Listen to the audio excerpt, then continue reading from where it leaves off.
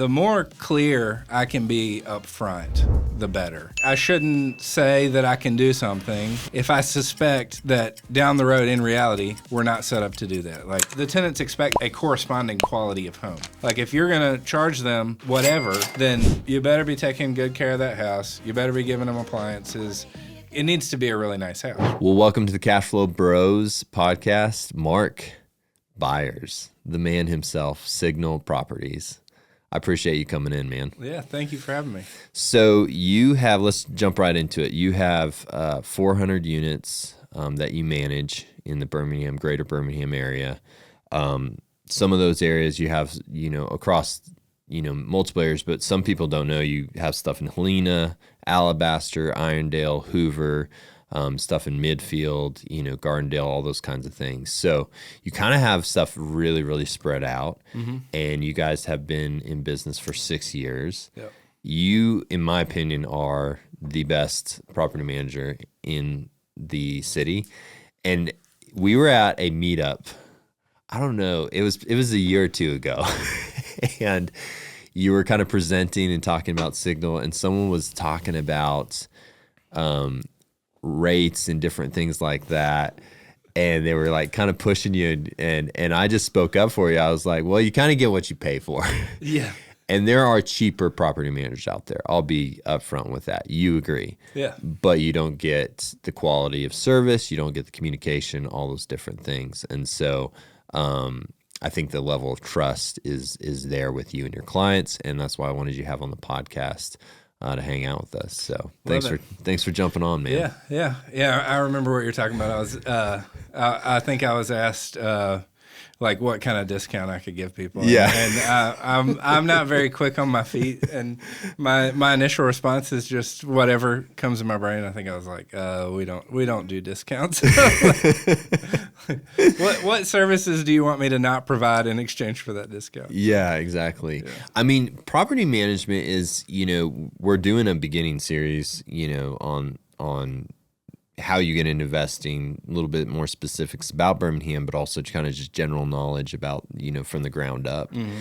And last week we did it about basically your buying criteria and your property manager. Okay. And the property manager is such an essential piece of your team, especially if you're out of state, because they are your basically your hands and feet on those properties, making sure they're maintained, making sure communication with tenants are good, finding good tenants. Mm-hmm. I mean, it's such a big part of the investment experience that finding a good one that you feel comfortable and is communicating and all that kind of stuff is super important. I wanted to dive into that relationship a little bit. So talk me through what you see as like, the process of getting a property to getting a tenant in to the maintaining the property. What is the most fundamental key part of all of that process that really needs the attention that you guys give to make it a quality experience? I think the biggest thing, well, the first thing that we ask potential new clients, especially with, Birmingham has a lot of out-of-state investors, is have you come to Birmingham and driven these neighborhoods so that you know what you're buying. I think the biggest part is finding a good house in a good location and understanding the neighborhood that you're buying in, so that you have realistic expectations. I think that tends to when somebody has been here, put their eyes on the house, put their eyes on the street, that tends to result in better outcomes. I think doing all that legwork on the front and then buying it at an appropriate price with realistic expectations around the amount of work that's going to be needed to get it to a point where it will attract a good tenant, and how much it's going to cost to do that, and having really realistic expectations of what it will rent for once it's in that condition. Yeah. That's when we have the best outcomes. So I like to be involved in that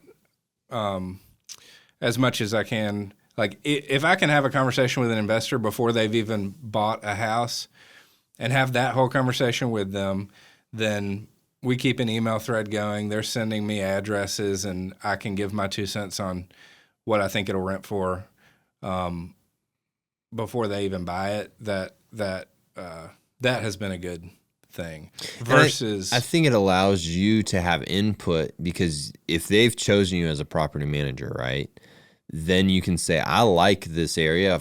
I've had success, or even because your model of property management, your format, your business is not perfect for every single rental out there. right. And that's okay. You don't have to be a fit for every client, and you don't have to be a fit for every tenant and every property. But you have a niche of properties that fit within your box that you manage well. And if you can be on the same page with that property owner, then you can say, hey, if you want to stick with me, this is a better property for you. Right. It may not even pan out exactly on the spreadsheet as sexy, but overall experience is going to be better because of the holistic approach to it. Right. Yeah, I think that's exactly right. And we talk about that a lot as far as like, are we willing to manage this house, or is this area too rough to where we don't even want to touch it? And I think the conclusion that we come to a lot of times is like, maybe would we rather not manage in that neighborhood? Maybe not. But if it's this owner who we know gets it, we have a great relationship with, he trusts us, we trust him. Expectations. Right. Yes. Exactly. We've got the right expectations. He knows all the potential risks and understands them. Then we're a lot more willing to manage it for him than we are for somebody who does not have those realistic expectations. Yeah. I agree. It's like you can rent here in C-class properties, you can be successful, but don't have A-class expectations with C-class properties. Right. Realize that there's, when the trash out comes, the tenant moves and the trash out / flip is $10,000. Don't be like, whoa. Exactly like right. What happened? It's like, no, you rented in an area where, it's rougher, and you had the potential that the tenant wasn't going to take care of the property. We had told you to be not in this area, but that was your choice. It looked good on a spreadsheet. And I think even with us helping people buy and sell all the time, because, our name's important. And if I'm recommending certain properties, but then it never turns out to be a good client experience for them on the rental side, right, then it comes back on me too, as someone who helps people buy and sell. And I've had so many different people who we give them good suggestions, we give them good thoughts. They choose to go against it, which is fine. That's they're adults. But then they come back and be like, I want to sell it. And you're like, why? And you're like, because it's been horrible. And you're like, well, yeah, I told you it was going to be tough. Right. And the quicker they realize that, I think the better. Yeah. The better for them. I mean, because there are people that come and they'll say, I paid X dollars for this house, and I think it ought to rent for, $100 higher than Mark thinks it should rent for. Yeah. I'm like, I can be perfect, and you're never going to be happy, because that's just not reality. Expectations. Talk about, okay, so rental rates. I'm not sure where I land on this. What is your thoughts of listing high versus low quality of tenant? Where is that? Have you found that if you do list a little high, you get a better quality tenant, but it takes longer, or you would rather be aggressive on pricing and get a lot of applications in and kind of have the pick of the litter, if you will? Yeah. Not that tenants are litters. I want to just clarify that. No, I think, well, from a, micro perspective, the last 6 to 18 months is like the rent prices went crazy high. Now I think they're kind of coming back to reality. So from a starting point, I think I used to, 6 years ago, a 3-1 out on the west side was a $750 a month house all day long. I think the market has changed a lot, obviously, in that time frame. So I'm not quite as confident on market rents as I was. But I think ultimately you want to find what is market rent and be at market rent or just below it, and find a tenant. I think that gives you the best chance of finding a tenant who is going to stay there, take care of the house, and stay there for a long time. Because I mean, Yeah. the name of the game is getting a good tenant and keeping them forever. Because if you're turning a house over every year, you're not going to make any money. No. So I think I'm fine with starting the price out at whatever we think is appropriate, but then I just think you need to be open to adjusting, reacting to whatever the market is telling you. Yeah. Quickly, because I think if you put something on the market for rent, you'll know pretty quickly within a couple of weeks what. If you're priced too high, too low. I mean, if you're not getting any showings, then you're probably too high. If people are going to see it, then they're willing to drive out and look at it at that price. You need to be talking to them and seeing why they're not applying or whatever. I mean, it's same with me. I do enough volume and you're doing enough volume. You know, this is your job. Mm-hmm. This is what you do day in, day out. You know, when you put something out there, if you're getting the feedback that you need. Right. And even if the showings, like I've had listings where the showings aren't maybe as high in a number standpoint, but the feedback is really, really strong. So I know we're still good versus like I could have 8 showings on a property, but 0 feedback, 0 like interest, 0 texts about like, hey, is this? And I'm like, that 8 showings tells me that price is too high because I'm getting nothing coming back. So the same thing I'm sure is with rentals. You have a pretty good sense in the first couple of weeks whether you hit the mark or not. Yeah. Talk to me through. Okay, so we haven't talked about this, and this is, I think, a good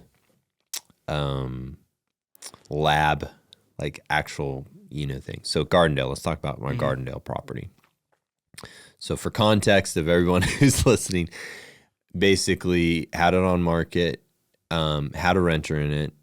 Renter needs to move, failed, life situation moves. So kind of got screwed there, but put it back on market in a bad time of the year.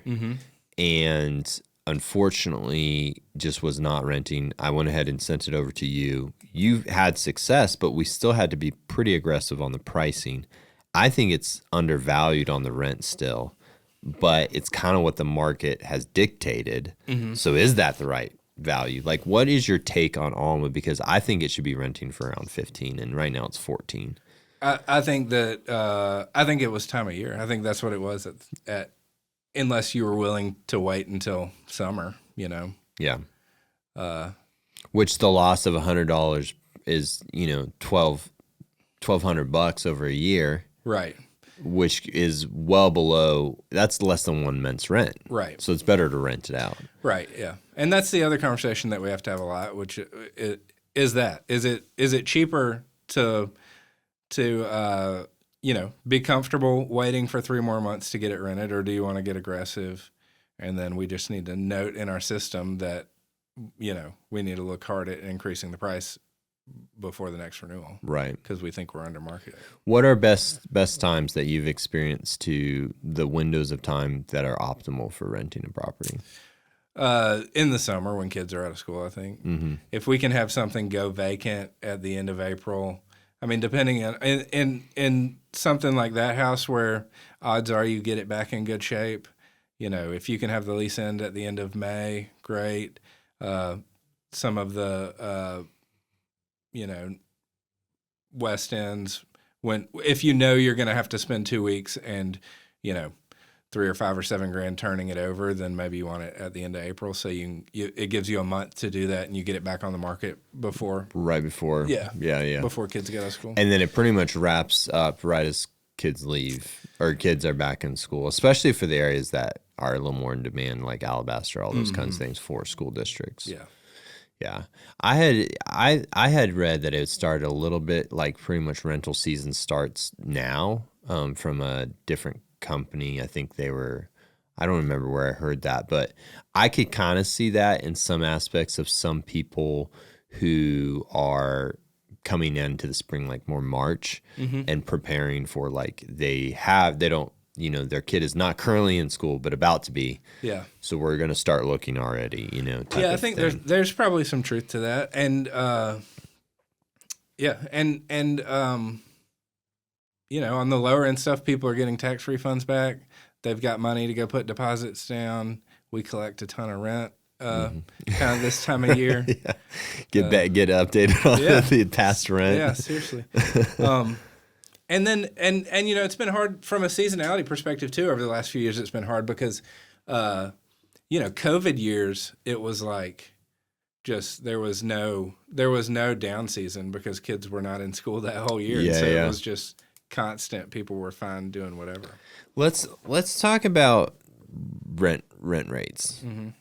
I feel like from what I've seen, it is a very hard right now to put a pin on it of like consistent growth, where they're headed. It's almost like I've said this before. It's like a indicator that's floating on top of the other indicators of our economy, if that makes sense. So like food, for example, is like kind of up and down, but eggs might be high.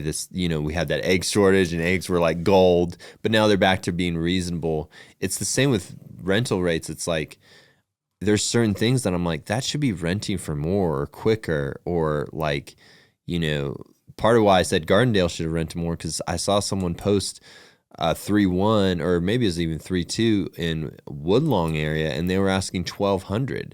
And I was like, how are you getting $1,200? And maybe they didn't end up renting it, but maybe they did, I don't know. I feel like there's just so many variables, and it's already a market that's hard to pinpoint sometimes because of the areas and the people and the street by street nature of Birmingham. And COVID just kind of put it all in a barrel and just shook it up more. And now we're coming out of it, and there's not a lot of stability. And we're still trying to put a pin on like this area should rent for this. Yeah, I think that's very true. I think that in general, or historically, what I've always been told, and I think seen to be true, is that the rental market kind of trails the sales market in general. So when sales prices went crazy, I think, lagging that, the rental market was a couple months behind that, and rental prices went crazy. Now I think the sales market has cooled off a little bit, and I think we are seeing rental prices come back to reality. But I agree. I mean, I look on Zillow just to do my homework and see like, okay, we're having a hard time renting this house. What's my competition in the immediate area? And there is stuff out there that is insane. And I'm like, I don't know how this is possible. But like you said, I think there are a lot more variables than there used to be as far as, back in the day, we never supplied appliances. And now I think that is becoming a little more expected. And then you've got people doing a lot nicer, which I think is good for the overall. I mean, it brings up the overall market. All this hedge fund money has flowed in. The market has risen to where you're expected to put out a nicer product, which I don't think is a bad thing, if you can continue to make the numbers work. I think the quality of houses in these neighborhoods, there's probably a bigger difference than there has ever been, as far as you may have a house that's done really nice with, granite, stainless appliances, whatever, that's going to demand a higher rent. And so maybe your range, your potential rent range is maybe now wider than it used to be, just from a quality of house perspective. And then my experience also dealing with these hedge funds is they don't necessarily mind if something sits there for 6 months, if it will end up renting for whatever number. Yeah, they have the money to float it. Yeah. Yeah, no, 100%. It's interesting because I think of Eastlake and places similar where you have a little bit of like gentrification, properties going for 106. I mean, I did a flip in there, went for 160K. Mm-hmm. But just down the road, you can buy something for like probably 80. Mm-hmm. And the same thing is true as like you have a pocket that's has sidewalks kicked back from the highway, and then technically still quote unquote Eastlake is right up against the highway, a 2-1. Mm-hmm. And so like you could be renting for $1,100 in one pocket, and then stone's throw away, be it like a 2-1 could be renting for like $500. Yeah. which is wild. Well, you know? and maybe that probably goes Those are back, extremes. Yeah, that probably goes back to what we said at the beginning, which is telling out-of-state investors to come here and drive the streets. Yeah. Because it's like you'll see that, and I'll talk to somebody who's out of state and has never been here, and they'll be like, "No, look, I'm looking right here. I see that 2-1s. There's 212 streets away for 1,100." And I'm like, "Well, that ain't the same thing. That ain't the same you know? street, buddy. Yeah. Yeah, I mean, you can go up right against the highway, and it just huge declines. And like you said, that goes back to them coming here, driving the areas, and realizing that, like, I don't know that specific street, but I understand this area can drop off very quickly. And so when I have that conversation after the fact with Mark, I trust him saying my spreadsheets are wrong. Right. And that's, I think, the value of working with someone local, either on the realtor side, the property manager side, like with honest people, because there's a lot of people who are dishonest, and not telling the story that is Birmingham, which is there's some great ways to make money, great pockets, but then there's some areas that will chew you up and spit you out. And that's just the truth. Yeah. You know, I had a lady call me. She actually listens to the podcast. We haven't done a deal together. We may never do a deal together. But she had called like 10 other realtors. And she was like, "You're the only one who's telling me this." And I was basically painting a very dim picture of what was rent. She wanted to flip properties. And I just gave it to her straight. Like, I was like, "You want to make 30%, you're lucky if you make 10." And like, I laid it out like line by line. I said, "Here's why, here's why, here's why." And I think that comes down to, like, there's ways to make money, but you have to have a reality check of knowing, like, making the right choices. And that goes with partnering with someone like you. Yeah. So that's fantastic. I think one thing I wanted to ask or dive into, and I didn't prep you for this, but I think it's a story worth telling, and hopefully it doesn't make you mad at me. I want to talk about the story about how you fired me. All right. We can do that.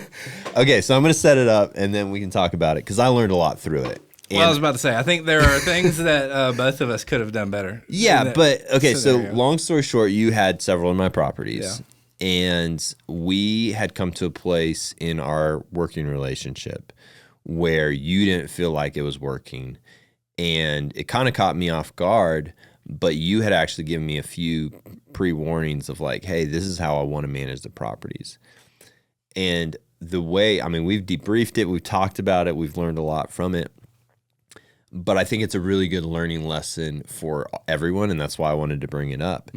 So I had bought this portfolio, and I was getting a lot of vacancies. I was getting hammered with vacancies, which you warned me about. Well, that's to be clear. My one saving grace from this whole deal is the fact that somehow it wasn't closing, but we walked out of something before you bought it. And I remember turning to you and saying, "This is going to be a bloodbath." That's the only thing that makes me feel okay about how I handled this whole situation. No, you did, and I kind of was like, okay, that scares me a little bit, but then I realized what bloodbath meant, and that meant a lot of checks coming out of my bank account.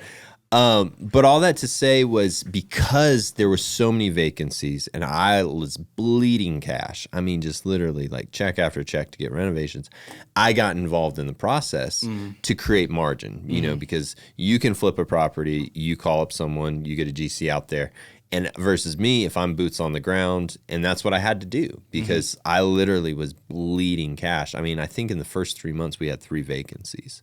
Or maybe it was like 2 and 1 was coming up. So I saw the writing on the wall. I was like, well, I'm, spending. So I had to, from my ends, I had to basically create as much margin as I could and make my dollar stretch. On your end, it created a really difficult situation, because you were put in a position where it was like, are we taking care of the water? Are we not taking care of the water? Wait, we're sending the HVAC guy out, but Todd's taking care of this reno. And it got to be where you have your systems and your processes that allow you to manage 400 properties very effectively and with excellence. And Todd Helzer, was coming in with low cash and was trying to baby these things through, just because not your position, my own, I didn't have enough prepared. and it just created a conflict where it just didn't work. Right. And so we parted ways. I was a little sad about it. You were sad too, probably more happy because the headache was off your back. But all that to say was, I think it was retrospect. I realized, that I didn't. You as a property manager have systems to do the way you need to do it. Mm-hmm. And if I can't play within those systems, that it doesn't help either of us. Mm-hmm. And then I think on the flip side, what I also learned was having more cash when you buy portfolios, because they can, any transition and change is naturally going to, eat up money. Mm-hmm. It's just inevitable. But I'd like to hear, so that's kind of the breakdown of it. I'd like to hear your thoughts on it and lessons you learned through it. Because now you do have one of my properties, which is great, and it's going fantastic. We're continuing to build a relationship. We kept the relationship through all that. Mm-hmm. I think we had a lot of really good conversations. But I'd like to hear your perspective on that situation. And that way it would hopefully help future clients, like informing them of like, this is how to have a successful relationship with a property manager. Yeah. I think the biggest thing that I learned, and and still have to work on every day is, I think at least me personally, and probably all the guys on my team, and maybe everybody is, I have this tendency to want to make things work, right? And I want to be able to tell you, yeah, we can handle that. And like, yeah, we can do this. No big deal. I think the thing that I learned through that, and that I have to constantly remind myself, is like, the more clear I can be up front, the better. And like, I shouldn't say that I can do something if I suspect that down the road, in reality, we're not set up to do that. Like, I should not say, yes, I can go outside of my process in this way, and not expect that to screw something up, right? It's like, right. we have a process for a reason. So agreeing to go outside of that process is probably setting both of us up for failure. And although it feels good to tell you, like, yeah, I can do this for you, in the long term, it's not going to feel good, because I'm agreeing to fail you, right? And you've set like you said, going back to, you set the systems up so that long term, that property gets taken care of, right? And if you go outside of it, it may be being taken care of more efficiently, cheaper that first time. Mm-hmm. But what about the second, third, fourth? You know what I'm saying? Yeah. It's like, then it becomes like, well, Todd, are you handling this repair? And it becomes really complicated. Yeah, and then the more we're a small company, and it's even like, it's maybe like, yeah, maybe Mark could have handled that, but when I pass it off to Tyler or Blake or whoever, they weren't sitting in that conversation. And so then you start muddying the waters with other hands in it, and it gets just out of control real quick. And I think, to me, like, the lesson I learned too was, I've learned it several different ways, but there was definitely a moment, when that happened, where I was like, it was a bummer for sure. Mm-hmm. And there was maybe some frustration, but I was like, bigger picture, I saw your side of it. Mm-hmm. And I was like, so I could blow up about it and get frustrated and like break the relationship, or I can say, what was my part to play? Mm-hmm. How could I change as a business person? What did I need to learn from it? Which I chose to do, and didn't. We had maybe some conversations where we're like, hey, why did this not work? Why did this work? And we had conversations where we didn't agree. Yeah, which is fine. Mm-hmm. But at no point was I like, screw you, Mark. Right. Like, I hate Signal, all that kind of stuff. And neither were you that to me. Mm-hmm. You're just like, hey, this is not working. And we both learned a lot from it. And I think learned more about our businesses, learned about how we, can grow. And I think I probably learned more because I was more green. I mean, this is your wheelhouse. And I was the green one trying to change up things. And I was like, hey, if you want to work with property managers in the future, you can't ask for like this custom a la carte, like piecemealed system. Like, either you get it or you don't. And if the price points don't work, then go find a different property manager. Mm-hmm. The price points work. Mm-hmm. And so I learned a lot through it, and I appreciate you willing to, talk it through and everything. Because I mean, I get it from your perspective too, and I think that's why I wanted to make it work. Because I mean, it's like I get that if you can go out and get the work done, you can do it. You can get it done cheaper than we can. But it's like, how do we set up the clear lines where it's like, these are your responsibilities and these are our responsibilities. Yeah. When those lines start getting blurred, that's when there's frustration from both ends, right? Yeah. And bigger picture for me, and I still do this because I'm kind of in the weeds kind of guy, and I like the control of things. But bigger picture for me, and I had to step back, is like my time was best spent, even in that season, would have been better spent doing what I do best than sitting at properties trying to get them renovated, to be honest. Like I maybe created some margin. Maybe I need that liquidity in the moment. Who knows? It's done. What's done is done. But what if I had just spent all that time, frustration, and just found another deal, another flip that made me that margin? Right. And that's probably what I should have done. I should have just crafted another deal to get me to the next step. So. Yeah. But that is you live and you learn. Yeah, and that's what it comes down to when you talk about doing work yourself. Is like, what are you valuing your time at? Yeah, because I'll have people say, well, I can go do that for $20, and you're trying to charge me $115. I'm like, well, yeah, it's $20 if you value your time. Yeah, having this conversation, driving to the store, driving back to the house. Going back driving back to the store, yeah, because you got the wrong part. Yeah, if you value all your time doing that at zero, then you can get it done for $15. So. For sure, you can't do it. Yeah, the part is 15. Yeah. No, that's really good. Okay, so talk me through. I want to go through what you've seen in labor prices, and through COVID and different things like that. We've touched on it in the past with different other interviews. Just recently had on a commercial guy. He kind of talked big scope, but you're kind of in the weeds with those small repairs, and where the part's $15, but the repair is $150 because it's an HVAC guy. It's the middle of summer. He's already loaded up, and he says, if you want me to fit this in the schedule, that's $150 service call. Right. When maybe in off season it'd be $75 for him to swing by, plus the part. So talk me through kind of what you've seen. The peak of COVID, have labor and construction stuff come down a little bit? Where kind of have been your experience? I think it's all gone up. I haven't really seen it come back down. But yeah, I don't know if. We've got a good set of vendors where like I think they have done.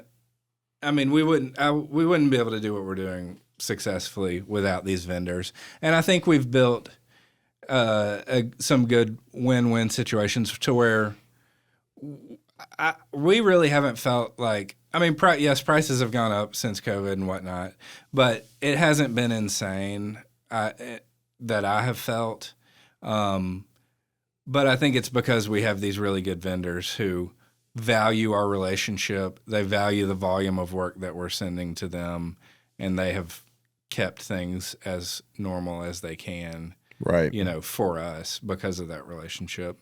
I am seeing like where, if I'm having to go source somebody else, it's just like insane. The stuff that comes back. To where I'm like outside of your vendor pool, yeah, because you have that leverageable relationship. You got a few HVAC guys who do stuff for you. You got construction guys, and so they're like, okay, this quote we need to be. I wouldn't even say aggressive. They're not going to discount themselves to where they don't have a business, but they know another quote and another quote and another quote's coming from you. So we got to keep the wheels turning. Right.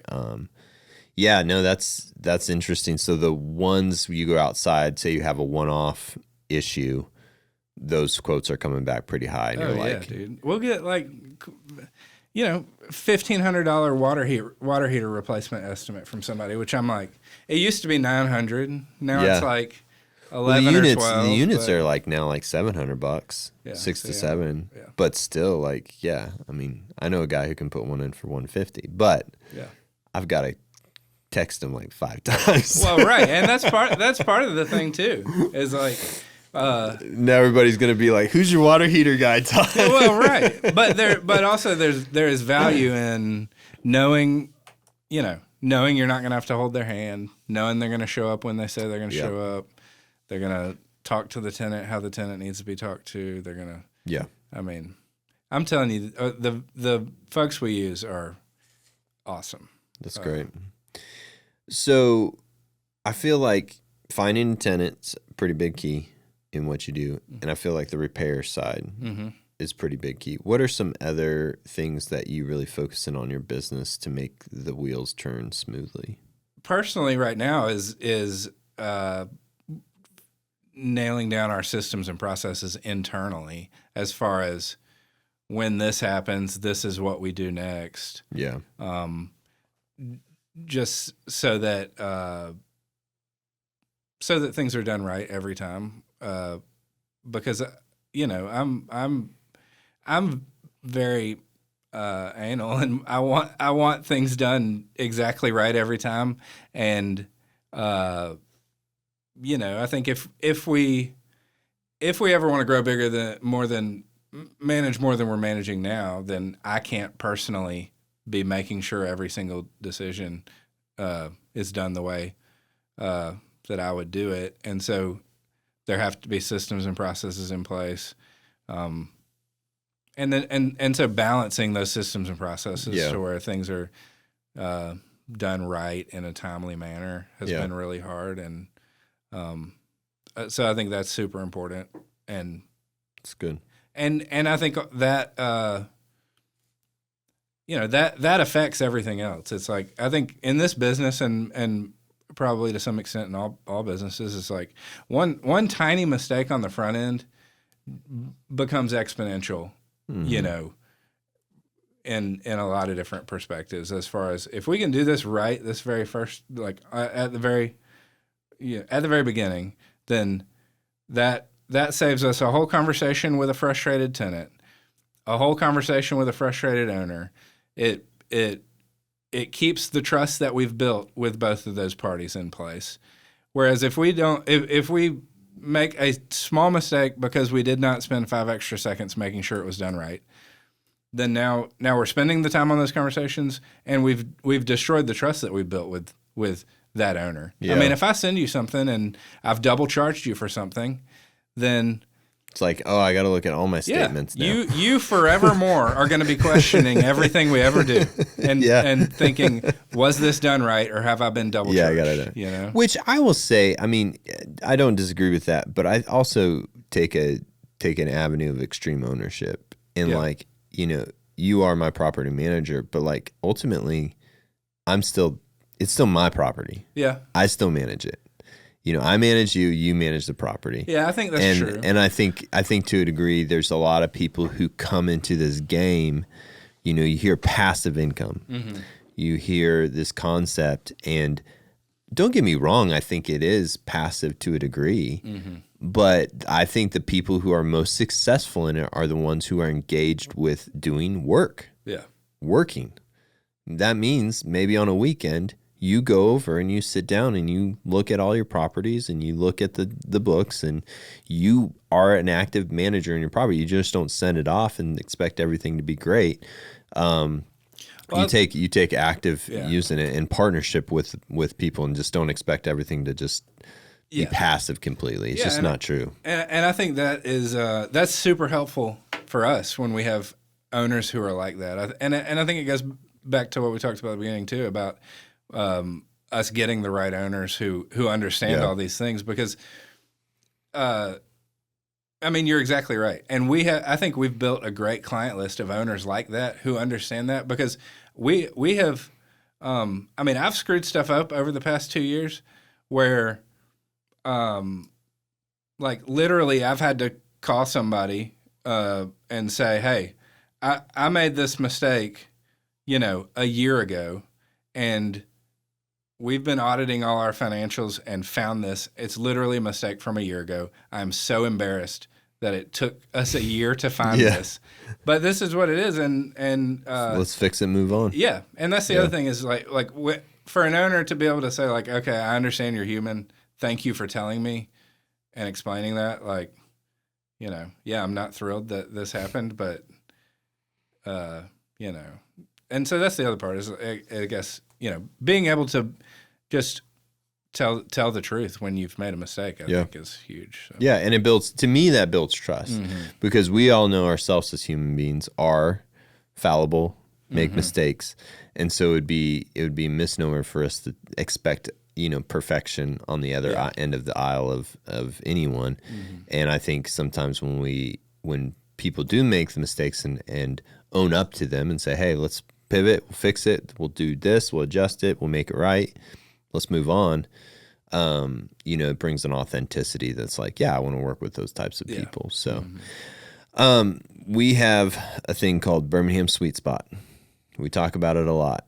And basically it is what we feel as realtors is an optimal price point to buy in to have a successful tenant, client experience, like overall, just the most successful people, the happiest people with their investing here in Birmingham. I'm curious what you would pigeonhole that sweet spot from an ARV standpoint is, and if it lines up. I think you may know ours, but I want to ping you before I say ours. So yeah, I think I don't know this real estate market is so insane. I don't know what is reality. What is an anymore. ARV, right? Right, yeah. But I mean, I think if you can get in the I think if you're looking in the 120 to 150, maybe that's 170 now. Maybe what I used to would have said was 90 to 150. Maybe that's now 120 to 170. That kind of range that will get you a $1,300 to $1,500 a month type rental. I think we love those because I think they tend to be not 1920s houses that have tons of issues. They tend to be in you know, a little bit better areas, better houses, less tenant risk, less maintenance risk.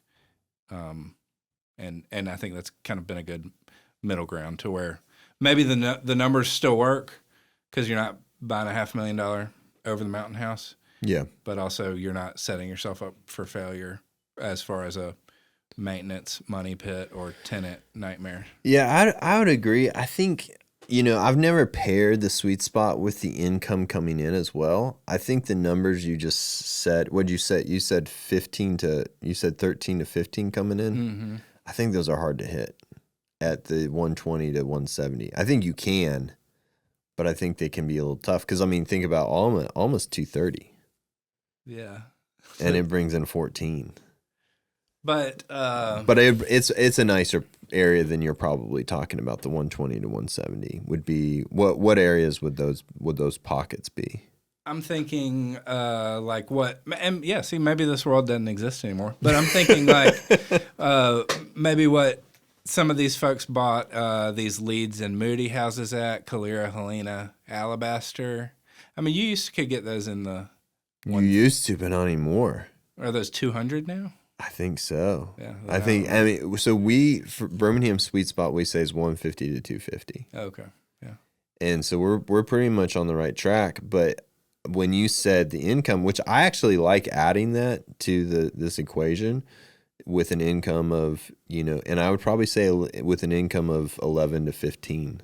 Yeah, that's probably probably. But I think, I think the single family home, the margins, like, you know, Brandon Bearden was actually on a podcast the other day, and he said when he first started investing, like, you know, I don't know how long ago, but way back in the day, you know, he was saying, you know, everybody was talking about 3% returns. And then it went to 2%. And then it went to 1%. Oh, you got to shoot for 1%. And now everybody's like 0.5%. You know, it's like the real estate per the ratio of income is just really drastically been tighter and tighter, making it harder to make investing, you know, like in these pockets, it's just tougher, to be honest. You got to find some win either on the purchase, or maybe it's on interest rates, or some kind of angle that makes it a little bit better of a play. But I like that I've never thought about adding the Birmingham sweet spot, the income that they should be looking for too. But I like that. I'm gonna start doing that. Yeah, because I think probably a big piece for people, right? Yeah, I mean, yeah, you could have $100,000 house and it bring in, 1,500 and be a grand slam, know. But those are really tough areas. I think you can see it. Section 8 went up on their 2024. They went up on all their margins. Did you know that? No.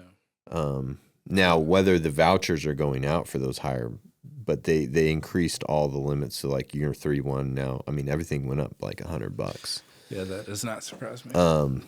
If you can get them to respond, I have literally 8 situations right now where either they owe us money or we owe them money, and literally 6 months have not gotten a response. Yeah. So I had a conversation with a PM, a different PM. I talked to other PMs. Don't be mad. Not just, yes. So that's what they said. They said, and it's a company that does a lot of Section 8, and they're not accepting any Birmingham Section 8 anymore.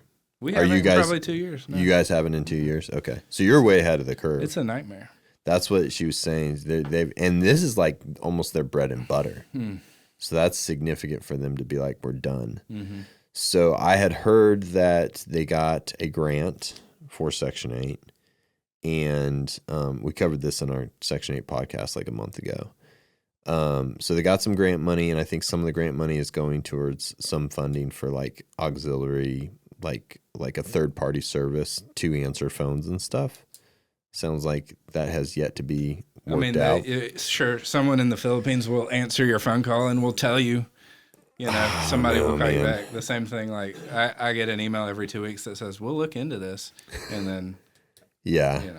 And then in addition to that, I think they had $5 million slotted for 500 more families. But it's like, at this point, they may not be able to find the homes for them, because if all the PMs are pulling out, then you're left to one-offs of individual investors willing to go the song and dance. Yeah, it's probably just not good. And if you have the crazy thing is, like, if you have the leverage, and other property managers have the leverage, because like I said, you have 8 cases right now open with them. You would think they would at least get back to the person who's inquiring about 8 versus 1. You would think. Golly, it's bad. Yeah. It's bad. I hope it gets better. Yeah, me too. And every now and then we'll find a person who's like, is really good and wants to help, but then I think there's been a ton of employee turnover too. Oh yeah, it's government. Brutal. Here we're honest here at the Cash Flow Bros. All right, so we talked about like I said, the sweet spot. There was one other thing I wanted to kind of cover in this property manager world. Where do you see like growth of, in general demand? Do you feel like some of these prices on rent like have been, like a good example would be rent's too expensive, I'm just going to move in with grandma type situations, which then naturally decreases demand. I was talking with another realtor the other day, and she was saying that like now they're looking for a house, right?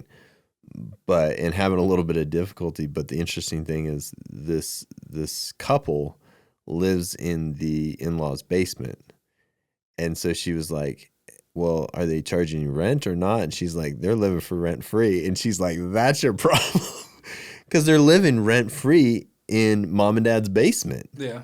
In their own like little studio apartment suite. Yeah, I wouldn't move. I wouldn't move either, like save my money. And so I wonder if some of that natural, like gas is more expensive, food is more expensive. Okay, well, let's all just figure out. Grandma's got an extra room. I'm just gonna go there, pay her $200 for rent, and help out with groceries. And life's better now. I might as well. And then you kind of get in that set way as of like, oh, I've got an extra $200 or $300 to buy some clothes. I didn't have that when I was renting.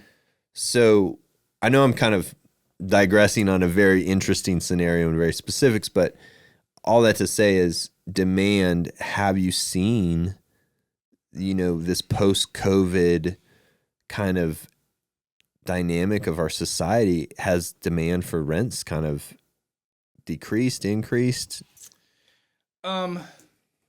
Yeah, I mean, I bet I could see like a lot of what you're talking about happening. I mean, just where like out of necessity, people will find those creative things to do. But I don't think I've seen. I mean, I think people always need a place to live. So I've been told. Yeah, right. I I just think the market has to, it's tough because I think it's obviously becoming harder and harder for a first time home buyer, right? Yeah. And so I think the rental market's naturally going to find that place where it's like, what's just cheap enough to where it's cheaper than them having to go buy, right? Which is gonna squeeze a renter to where they're spending a lot of their income on rent, which is tough. But I would say the thing that I've seen kind of as a function of that is like, yes, maybe your rents increase to kind of keep up with that market trait, right? But I think the tenant. The thing is the tenants expect that like a corresponding quality of home, like if you're going to charge them whatever it is for a house in that area, then if they're paying, if they're paying 12 or, $1,200 for a house in West End, then you better be taking good care of that house. You better be giving them appliances. It needs to be a really nice house, right? Yeah. I think the days of just painting very basic, nothing extra, you can't do that and then still expect the top of market rent. Yeah. No, that's a good point. That is that's really interesting. When you said that, you kind of made me think a little bit about, you said that the market rent has to be slightly below the income that they could just go buy. Mm-hmm. But then I think about the flip side of it, of like the flexibility of renting. And I know that there's a lot of people that are renting for higher than they could go get a mortgage, because of the flexibility of their current life situation. I think that's probably typically in a more B plus A class scenario. Yeah. But I'm curious as to your opinions about that and what you've seen. What do you mean? I mean, so like Rob would be a perfectly good example. He's making a transition. He's selling his current house, so he's currently renting for higher than his mortgage payment because he wanted to vacate his property. Well, I think the rent has to be higher than the mortgage for it to make any kind of sense for a homeowner, right? I mean, for a landlord. For a landlord, because they bought it before, but what I'm saying is like yeah. So his rents are always going to be higher than anyone could go rent themselves, or because the swing of people's credit score is so significant, that person specifically can't rent at that price point. Does that make sense? Not really. What do you mean? Maybe what I said didn't make sense. I mean, that's what I'm trying to figure out. Yeah. Because, yeah. Well, I think so. If an investor has to pay more to buy a house, they naturally are going to have to rent, like Correct. charge more in rent in order Correct. to be able to cover their costs, right? Right. And then if home price, so I think so naturally rents are going to increase as a function of that, right? Right. So I don't know what that makes sense. Where I'm after that. Yeah, no, it's like I said, it's kind of interesting to break down where rent prices come from and why, and at different price points. Like I said, like, I have currently a midterm rental that's just, it's more expensive, A, because it's furnished, but B, because it's a lot of what that property is providing is flexibility. Yeah. you know, and it has little to do with the niceness of even the property. It's just furnished, and it creates a flexible, situation for that. So then it garnishes a premium on the rent, but no, it is. Then maybe that probably goes into the conversation of like the two different markets and what are your, what is that market looking for? Yeah, right? yeah. Exactly. Where unless it's like, I mean, as opposed to like a long-term tenant, like where the market where you think you can get a tenant who is going to stay forever. Right. Yeah. At certain price points, the level of tenant is better, but the turnover might be higher. Right. Suburban would be a good example of that. That is now a midterm, but before that, it was just a single tenant at a time, long term. Mm-hmm. In my experience, I've spent so little on that property because I don't have to paint it every time, because it should be painted. The walls are a little rough, but I don't have to fix it up because the location demands, like, that is the fix up, or that is the thing. The very property it's on, the location in the city demands the price. Mm-hmm. And so just to have a rental available in that area is really hard because most people aren't renting in that area. Mm-hmm. And thus, I don't have to paint the walls. Right. Every tenant turn is cheap because I walk through it, I spot paint it, I run a cleaner through it, and the tenants typically take care of the place. Yeah, and people are fine with that because they want to live in that house right there. Yeah, because they want the location. Mm-hmm. So, but I will be turning a tenant probably every 1 to 3 years in that property for the life of its term, because that area doesn't demand a long-term tenant. Mm-hmm. That's not that type of person. Mm-hmm. If they were, they would be buying. So, I've never thought about the A class being, you have less wear and tear, but you also don't have the potential of having like a 10-year tenant. I've never thought of that. Your turns are a lot less though, so it doesn't really matter. Yeah, and then it gets to like how quick can you turn it, right? Because if the majority of your turn cost is the vacancy time, then that's what you need to really start trying to hammer down on. Yeah, and that's kind of what we started talking about. I think maybe before we started recording was. No, don't bring in the offline conversations. Well, that's where the secret sauce is. The two different market as far as like. Just another thing that I need to work on and don't have time to. As far as the percentage-based management fee pricing model does not make sense because it doesn't make sense for a $3,000 a month house to be paying you. I think your high rent houses start to subsidize your low rent houses, and that doesn't make any sense and it's not fair. And so it's like there needs to be some kind of like better pricing model. To where, if you're gonna, because those are easier tenants to manage. Yeah, and so like, why am I getting paid more for something that is way less work to do? Yeah, yeah, something to brainstorm. Yeah, it's like not a very smart. But so for someone who's interested in getting you to manage their properties or have the conversation, how do they get a hold of you? Yeah, email us. I'll send you a form. I'll send you a ton of hoops to jump through. Support at signalproperties.com, right? Yeah, support at signalrents.com. Yep. We'll send you a thing, try to get to know you a little bit, hear your background, and then schedule a phone call. And go from there. I appreciate it, man. I think I've learned a ton. I think you've even in this, I mean, we've had so many different conversations, and even in just this conversation, I'm like, oh, I should have thought about this way or changed. And I think that's the beauty of this business is you can learn something new every day. Yeah, absolutely. And I think we tackled a lot of different nuances of thinking about rental rates and thinking about the way to think about a property in a more of a holistic sense than just like, what's the rent, what's the tenant, like, what's the area? So many people want the...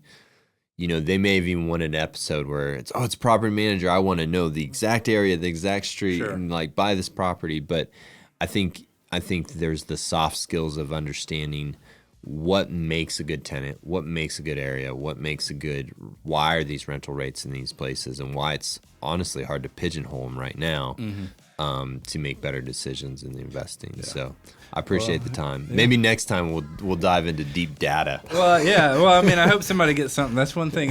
This business is humbling. I think some days I start to think I know everything, and then like as soon as I think that, it's like I learned that I know nothing. Yeah, some situation pops up, and you're like, oh, that's another tool in the toolbox. Yeah, so, exactly. Well, appreciate the time, man, and hope you have a great rest of the week. Absolutely. All right, see ya.